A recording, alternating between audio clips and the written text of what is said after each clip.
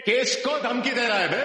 जिसके साथ अनिल जैसा भाई, प्रेम बादशाह राजा जैसे बेटे, ख्याति जी जैसी जीवन साथी, मीता जैसी बहन, राही माही परी जैसी बहुएं, अनुपमा जी जैसी शुभचिंतक और सर पर श्रीनाथ जी का मां का आशीर्वाद हो, वो किसी के बाप से नहीं डरता। उसी की वजह से इसकी हिम्मत, इसके हौसले बढ़ते गए। लेकिन आज प्लीज प्लीज आप बीच में मत बोलिए। ऐसा घटिया इंसान इस घर में नहीं रह सकता।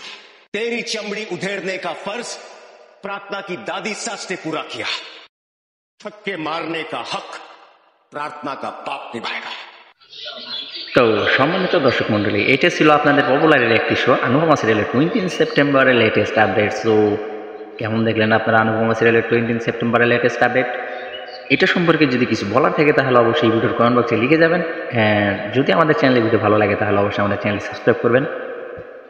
ভিডিওটা দেখে ভালো লাগলে অবশ্যই চ্যানেলটি সাবস্ক্রাইব করে যাবেন। সো এইটা হইতেছে আমাদের 20 সেপ্টেম্বর অনুপমা সিরিয়ালের লেটেস্ট আপডেট।